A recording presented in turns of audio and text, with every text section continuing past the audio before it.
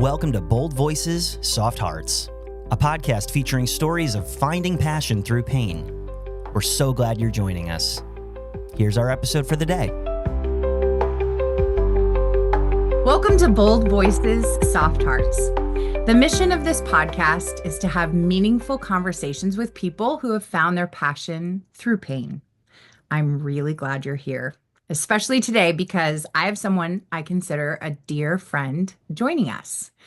We met, believe it or not, on Instagram, united by our two little boys with Down syndrome.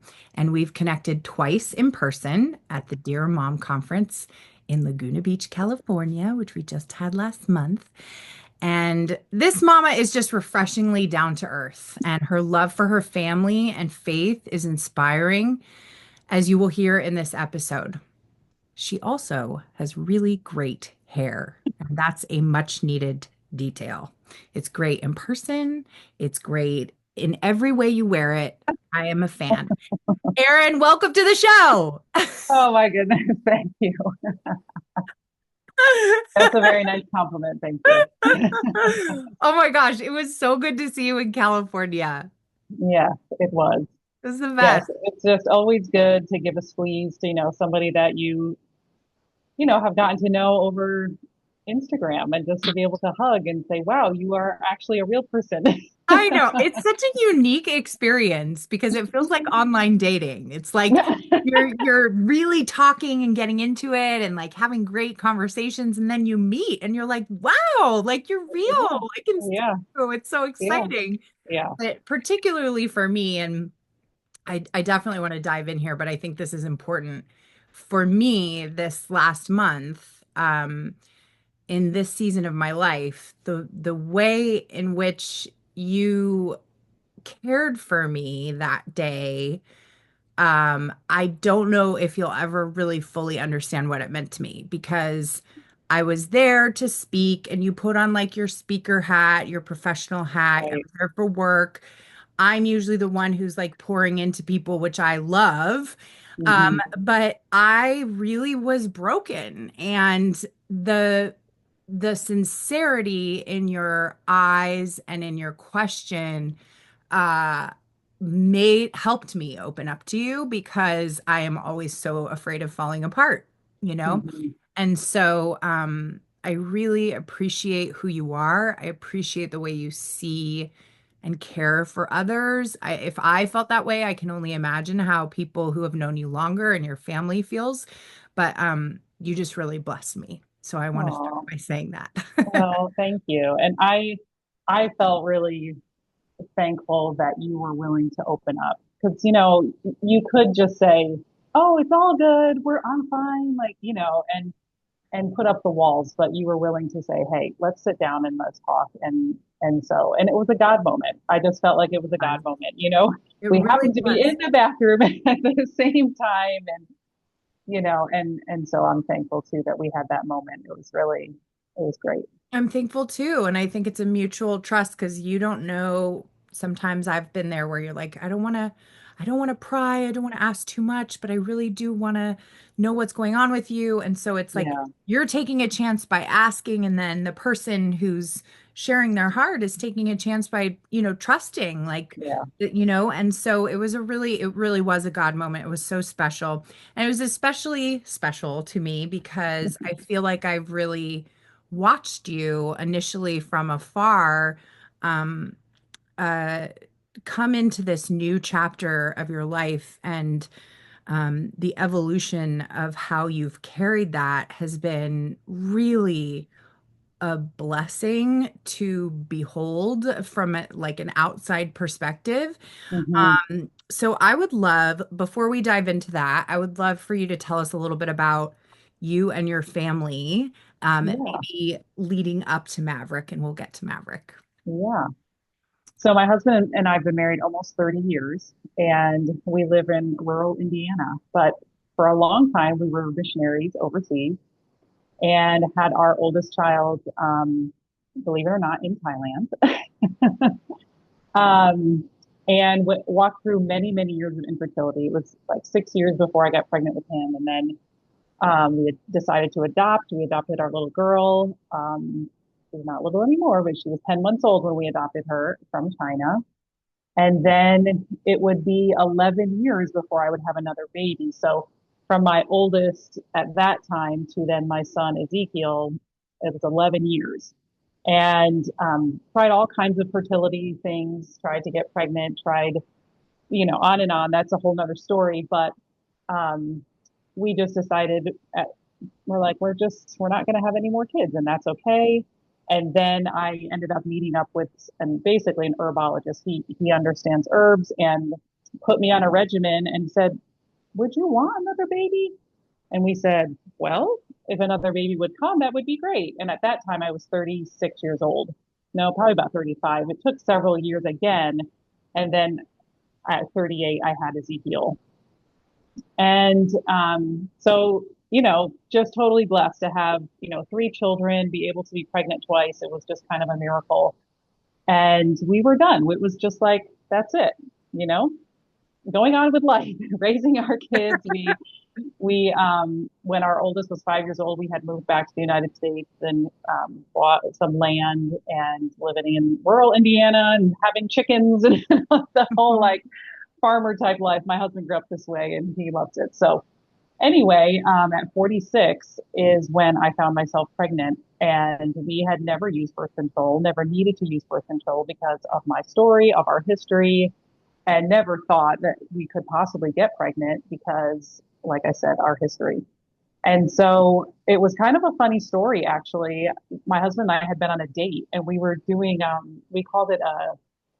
think we called it like a dream date, meaning like we decided to sit down and dream about the future. Like when we got our computer out and like we were taking notes and we were talking about like, what do we want for the next 5 years? What do we want for, the immediate future and on and on. And I was getting into life coaching and different things like that. And he just had this suspicion that I was pregnant. And I thought he was crazy. And part of it was like I had gained some weight. And so he was noticing that. And I kind of noticed, but of course not thinking anything of it. And that, so anyway, on the way home, he goes to pick up something at Walmart. I stay in the car. He comes in. He's like, I bought a pregnancy test. I'm like, you're crazy. And he said, well, just to be sure, like just to rule that out. I'm like, okay, whatever. Um, yeah, I got home that night around 10 o'clock. I decided I'm just going to take this test now. I'm not going to wait till the morning. And immediately it was positive. And Wow. I paced the bathroom. He was downstairs talking to our oldest. And I'm like, I'm 46 years old. What? That's what I just kept saying. I'm 46. I'm 46 and pacing the floor. And I just could, just total and utter shock. Mm. So that's kind of the quick little version of our family and how I found out I was pregnant. Wow. Yeah, I would imagine that the feeling of like, wow, all those years, and I've heard you talk about this before, all those years we were trying so hard and trying to figure Yeah. it out, and then poof, you're Yeah. pregnant. Yeah. Yeah. What's that feel like? I went from a little bit of like, yeah, just shock, of course. And my husband and I were laughing that night as we were going to bed, like we're Abraham and Sarah, like we're the old people having a kid, like this. No wonder why they named him Isaac, because Isaac means laughter. And like, yeah, that's all you can do is laugh because like, how is this even possible? And then maybe a week or so in, I started moving into a little bit of like, God, I'm a little bit mad at you because I pleaded and begged for children in my 20s and in my 30s and, in what's considered the younger years and, met with no answers, met with many, many years of just silence in that department. And we even had at one point in our journey, a fertility doctor give us free treatment. I thought for sure I'm Yeah. going to have a baby. Like we're going to get pregnant. Here is free treatment. This stuff costs thousands of dollars. And he loved us. He loved that we were missionaries and he decided to give us some treatment free. And yeah, so we just had so many years of this silence, it seemed, from God.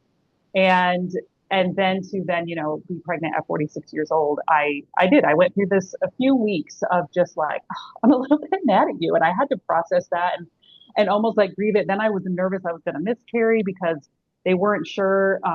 They couldn't find a heartbeat at first. They weren't sure how far along I was because my cycle was not very regular at all. And anyway, it was just like this whole, things that happened in those first, few weeks of just trying to wrestle with my age, being pregnant. Am I going to miscarry? And then yes, grieving of like, but I wanted this when I was younger, but now I'm going to be an old mom. And like, what is that? And like, you go through all of the years then of when my child's doing this, then I'm going to be this old. And when my child's doing this, I'm going to be this old. Yep. So Yep. it was a process. And then we got to the point of like, okay, like total acceptance. We're excited. Like the fact that I get to be pregnant again is amazing. I feel awesome when I'm pregnant and absolutely love it. So I just started reveling in that and just, being excited for what was to come. So that brings us to probably, I mean, a few months later when somebody reached out to me through Happiness is Down syndrome and said, "Hey, I follow this really awesome woman who thinks she's just shared publicly that she may have be carrying a child with Down syndrome, and she looks like she could use some support. Maybe you could follow her and kind of creep on her a little bit and see if you could say hi to her." And Yeah. so I did, and I rewatched some of your videos. So maybe you can talk about what led you to make those videos, the news that getting the news and sort of sharing with your followers. Yeah. When I shared that I was pregnant at 46, my Instagram account, well, I had one reel that went viral. And so the account kind of blew up and it was a lot of people who were saying, I had a baby in my 40s. I had a baby in my, 50. And so it like drew all of these women who, could relate to having a baby in their 40s. And they felt like, okay, like I'm not the only one. And so that was really cool. It also brought a lot of women who were struggling with infertility, and it brought them to a place of hope of like, well, maybe, I'm in my early 40s, maybe I could still have a child. And so I talked a lot about my story of, having had gone through infertility and everything. And so I was just being open with the journey. We just started being open, and because like I said, I had been trained as a life coach, and so I'm like, okay, well, we're just going to kind of life coach, Yes. on Instagram and just do it through stories and reels and different things like that. Well, then yeah, 20 weeks, 21 weeks I think is when they did our anatomy scan, and they saw a soft marker. My midwife thought nothing of it. She said, oh, there's like an inflammation in his kidneys.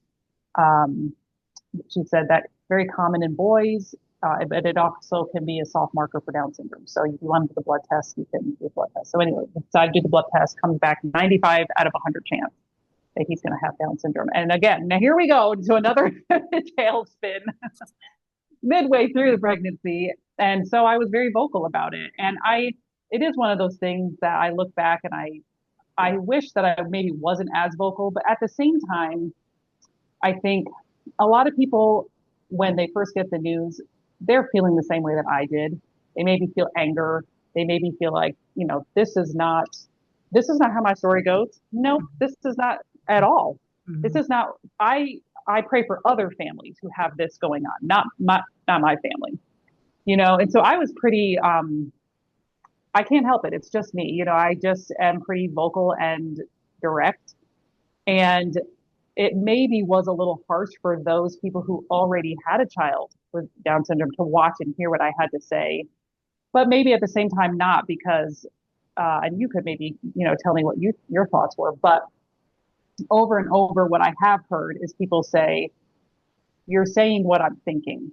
You're Mm. saying what I'm thinking. You're saying what I'm thinking. And I'm so glad to have, like, to know that I'm not alone. And that's always the thing. I think people want to know that they're not alone. Yeah. When they know that they're not alone, they realize, okay, I can do this. Mm. I'm not the only one fighting this battle. I'm not the only one going through this struggle. And I can see like other people have come on the other side and they're a different person, or they're stronger because of it, whatever it is. And so I think it's Yes. important for people to see that, that. Well, and you had a unique opportunity because I think of even the moms that I follow now, most of us, and it's really kind of hitting me now, most of us who are advocates and speaking up in this community started to do so once their baby was already here.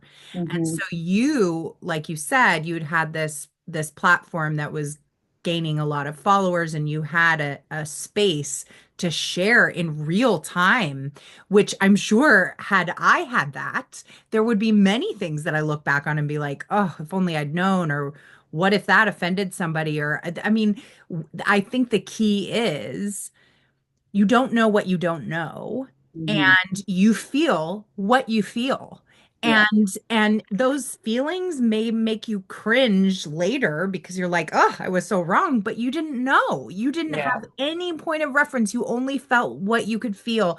And to me, that gives me empathy and compassion towards people who haven't been through certain things. Until you have walked a certain path, you don't know what you're going to feel and what it's going to be like. And so I remember watching you, like, I think I watched some stories. You were walking along in on your property and you were pregnant and you were like, processing. And I remember, first of all, feeling like, oh, I felt a little bit of sadness because when I heard the 95% chance. So I was 9 out of 10, so 90% chance. Yeah. And Yeah. I can't even tell you those initial weeks, the digging I was doing for how many people get a 90% chance and it's not true, right? Right. Like, Right.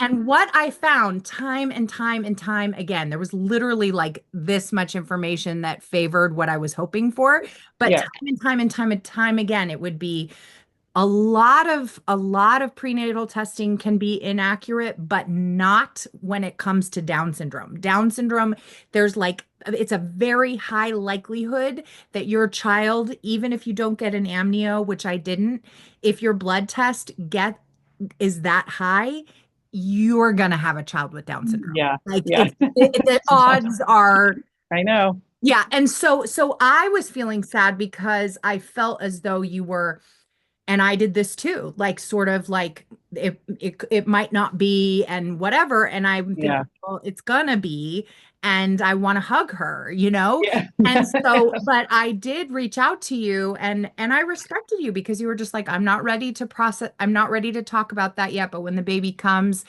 maybe I'll circle back around. And you did. Like Yeah. well, we can talk more about this, but I would love to know what that felt like on your end to have someone of my kind reaching Yeah. out to you. Yeah.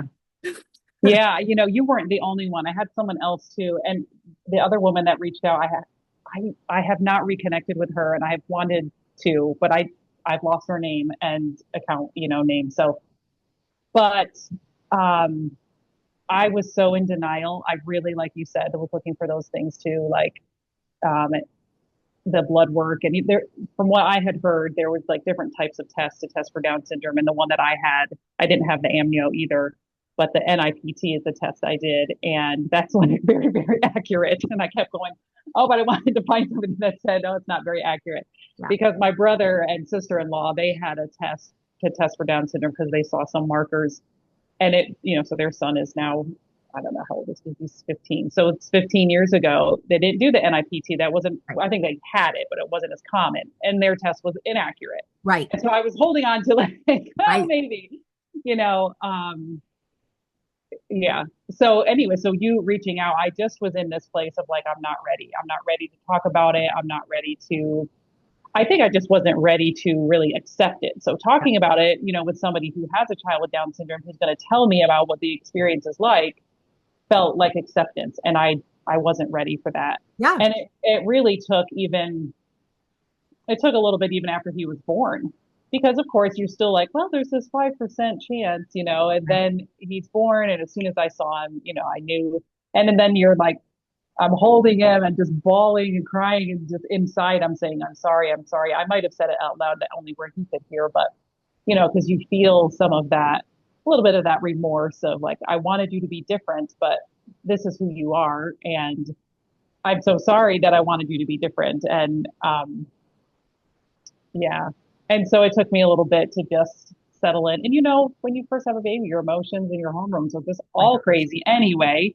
Forget about Down syndrome. Just, you have to just level off. And so I did a lot of crying in those first, weeks, and just slowly came around. And yeah, I'll stop there because we can just keep going on about the path that it's taken. But Well, I would say that I think this is an important place to insert because I had neighbors and friends who'd be like, "Oh, I had my best friend in college had a test that said blah blah blah," very similar to the story. And years ago, 15 years ago, 10 Yeah. years ago, Yeah. even 5 years ago, things were not well, 5 years ago is when Jed was born, but like every single year the tests become more accurate. Right. And so those stories of your grandmother don't really like hold water anymore for Down syndrome. And so Right. sometimes once in a blue moon, you'll be like, oh wow, it was a false positive, but it's very rare. And so Yeah. I feel like that's important to say only because I think all of us go through that. Most of us go through that where you're just like, oh, well, I'll find that one case and I'll cling to that case. Mhm. And all of our processes are different in how Yeah. we get through. And I really respected that you were just like direct and like, thanks for reaching out, but I'm not ready to go there. And I think that goes along the lines of grieving the life that you thought, beginning to grieve the life you thought you would have, and accepting the life you're going to have. And that's going to be done in different times, in different ways for every mom, every different diagnosis. And none of us are to judge that. That's our Right. own personal journey. Right. Exactly. Yeah. So Yeah. I really appreciated that. But then we got reconnected later because I shared something about Jed having infantile spasms and Yeah. Maverick had that, right? Yes. Again, another God thing. So you and I think maybe you collaborated with some other moms to put together this video of what it looks like, what infantile spasms look like. And I had started slowly, following some pages, and I saw the video, and literally it was like days later, Maverick started having those spasms. And I thought, there it is. That's those things that I saw in the video. And I recorded it. I sent it. You were the first person I sent it to, and you said yes, right, definitely is. And I showed it to my husband when he got home from work, and he was like, "It just looks like a baby startle," And I'm like, "No, it's not. This looks just like that video I saw." And anyway, we get to the ER, and when I meet with the neurologist, I show her the video because he wasn't doing it, of course, when she was there. Yeah. And she goes, "Oh yeah," right away. She didn't even have to look at all my videos. She looked at it for 5 seconds and knew, yes. And she said, "How did you know?" So I told her about your video, and she said, "Oh, I just love those mom groups." She said they're phenomenal because how you would not have known. You would Nope. have thought it was a baby startle. And yeah, so by connecting with you through that, that was so helpful. It just was so helpful because I knew like I need to follow my gut on this. And so I pushed to get through to our pediatrician, and then because there it was like after hours and all this.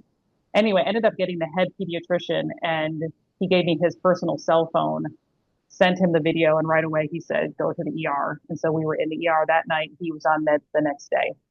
I mean, And early detection is everything. And yeah, that's and but I mean, what a gift. And that was the same if my husband hadn't seen it and then he had just recently in a dad group seen something, I wouldn't I thought, yeah, oh, hiccuped or something. right. It can be very easy to miss, especially Yes. if it's not all the time. But Hmm. I feel like that really speaks to the power of community and the power of a Yes. tribe Hmm. people say what you will about social media.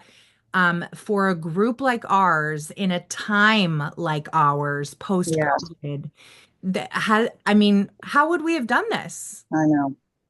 Yes. I mean, Yeah. I know for me, a 2020 mom, I couldn't have done this. I would have Yeah. nobody. And so Hmm. I thank God every day that there was an Instagram, that there was a Facebook where I found the DSDN, because if I hadn't had that, and then it's like you take that down the line, people are going to see your page. Yeah. I mean, the ripple effect is huge. That's right. Yeah. That's right. It's Yeah, and it's been amazing the connection. So, I've made the connection with you, and then I had somebody again, like I don't know who it was. I wish I know now, but somebody had sent me the link to the Dear Mom conference. So he was only a few months old, and they said you might be interested in this conference. And when I looked at it, I was like, I just had this feeling like I want to go to this. And Well, and getting out of Indiana in April is a great time because it's still not really warm here and it's still kind of like, winter time. And being able to visit with my sister-in-law who lives out there as well. And I'm just so thankful because now, I've been 3 times. I got to meet you in person. I've gotten to meet other women who also attend. And there, like you said, the ripple effect. Heather, who was, speech therapist that we've been able to work with, got to meet her at the Dear Mom conference and like formed a friendship with her and like learned so much from her just from how she does speech and the things that she teaches. I mean, so that again, these are connections. I've all made these through Instagram and through the community. Yeah. Yeah. I'm just so It's thankful. pretty mind blowing. And I feel like Dear Mom in particular, like it feels like a warm hug when you gather together with people that you've been following, that you've connected with, and then you're able to just be in the presence of them. But Yeah, I also think it's powerful because so many people share their stories. And one of the things you do so well is sharing candidly. And in my opinion, of all the people that I follow, you're really, really good at sharing sort of like real time thoughts and things that you're struggling with or experiences that just went through. I really appreciate that about you because it feels like you're inviting us to process with you and to like yeah. it gives permission to feel the things that you feel. Hmm. And sharing your story and my hope in today's episode is that whether you've gotten a diagnosis for Down syndrome or there's somebody, I feel like there's moms all the time in the autism community that are getting a new diagnosis, and I can't speak to that diagnosis, but I can speak to, wow, you thought things were going one way and then they Yeah, take a turn, and it's really important to know that all the feelings and all the struggles are okay. yeah, Like you have to feel them, right? Like what yeah. if you hadn't allowed yourself to feel the things that you did, do you think you would be thriving and flourishing the way that you are as a mom to Maverick now? No, because I've learned enough now through, like I said, life coaching and just different trainings that when we push down feelings or when we just say, I'm okay, let the whole pull yourself up by the bootstraps or whatever that saying is, it's that old way of thinking of like pushing it down and just barreling through. It affects our bodies. It Yeah. affects us physically. It affects us mentally. We cannot be all the way present. And not to say that I don't still have some days where I have to just go in my room and close the door and just fall in the pillow.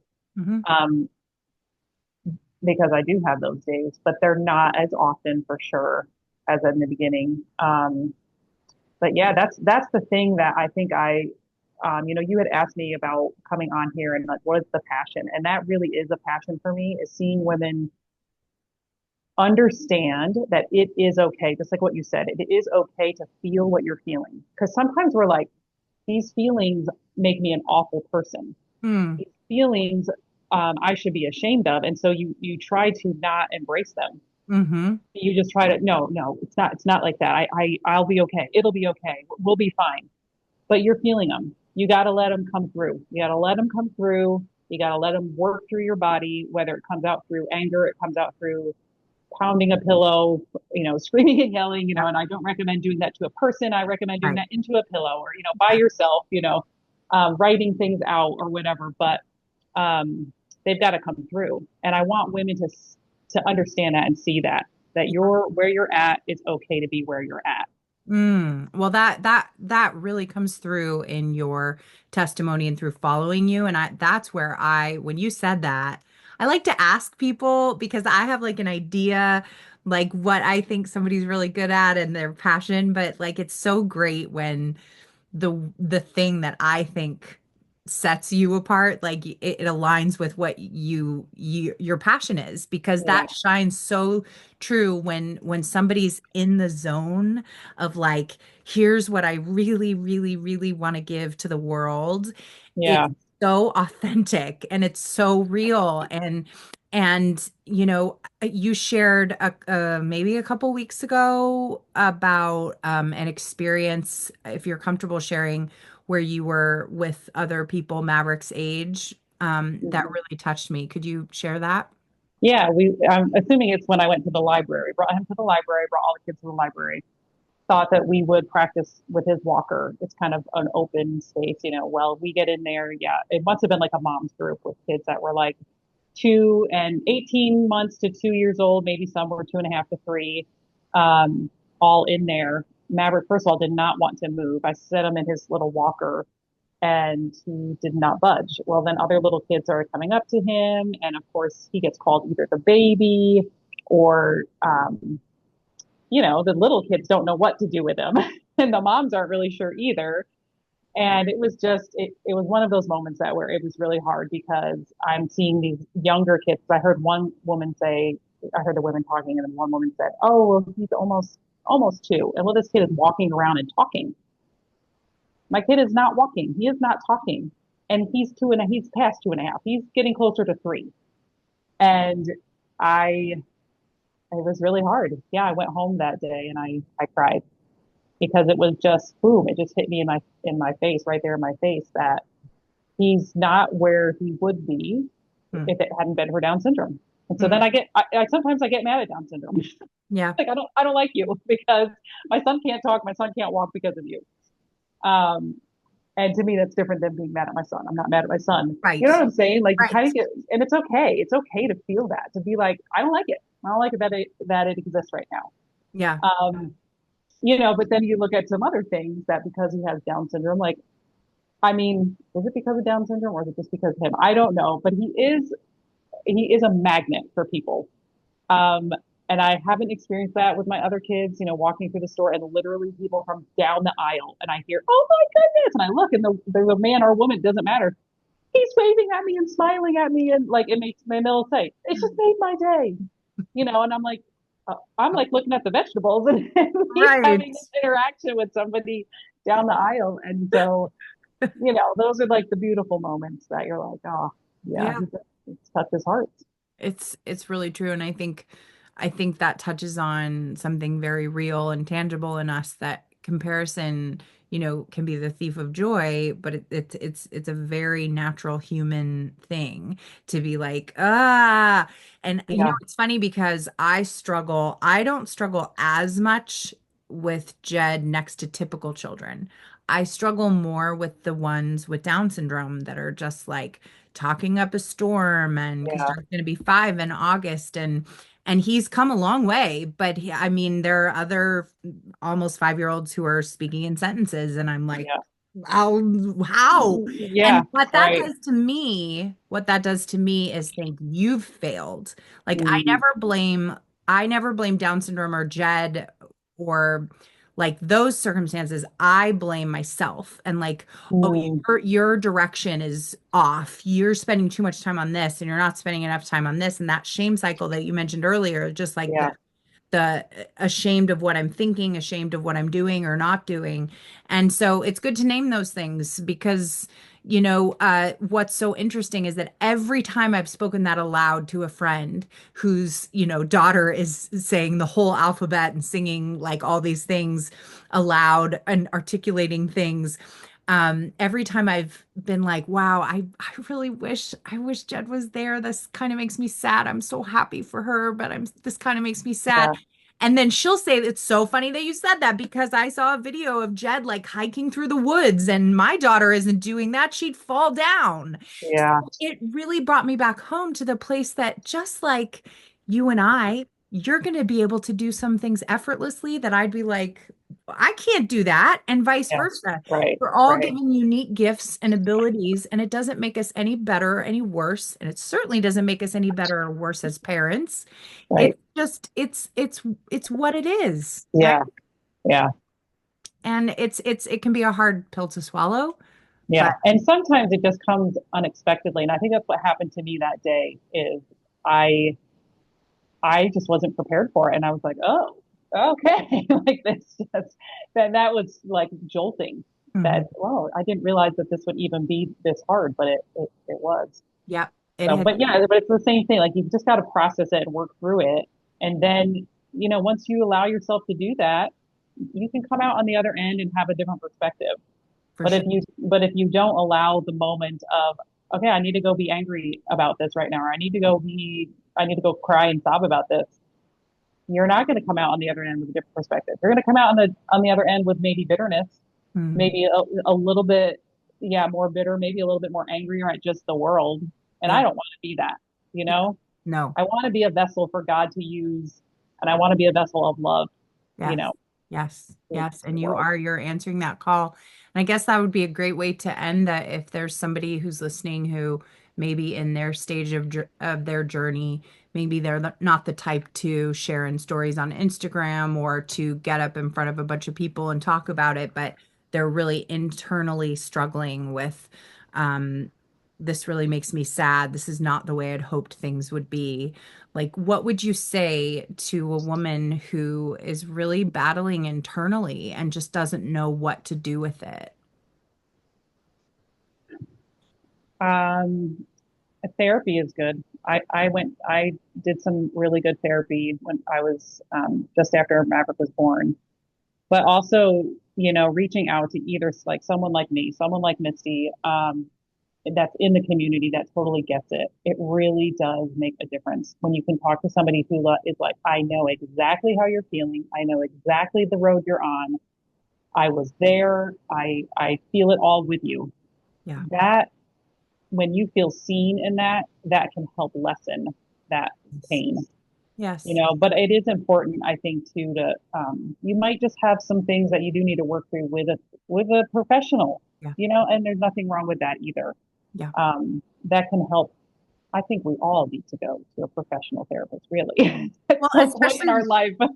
Especially when you consider the extenuating circumstances of a diagnosis, but then medical trauma is real and palpable. And I remember a therapist saying to me, because I was so concerned with my snap reactions to everything. There's a mess and right away, no filter. And he was like, Misty, you're dealing with PTSD. Like, your amygdala is flight.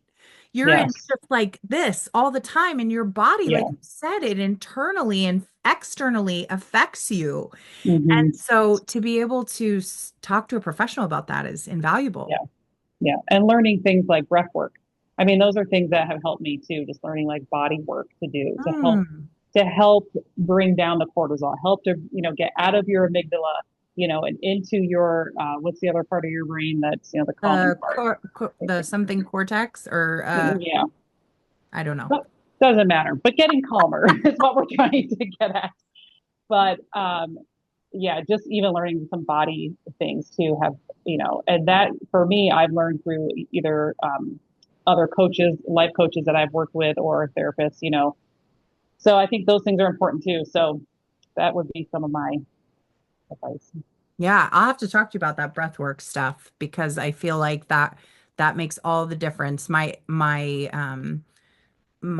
The thing that I say to myself in those moments where I'm panicking is just pause and pray. Like, nothing has to happen right now. You don't have to respond right now. You don't have to solve right now. Just pause and pray. And then I guess the addition to that would be breathe. Because when you're in panic mode, you're not breathing, not the way you should be, Yeah. Thank you so much for sharing your story with us, and for sharing with your community every day. And we'll share in the notes how you can follow Erin. But thank you so much for just being my friend and being a light in our community. It's easy. I appreciate you asking me to be on. This was really great. I loved it. Yeah, we should do it more often. Okay. Coffee talk with Erin and Misty. Yeah, it sounds good. Thanks again. All right. Thanks for listening to Bold Voices, Soft Hearts. We hope you'll share this episode with a friend, leave a review, and keep using your voice to spread light in the world. Bold Voices, Soft Hearts.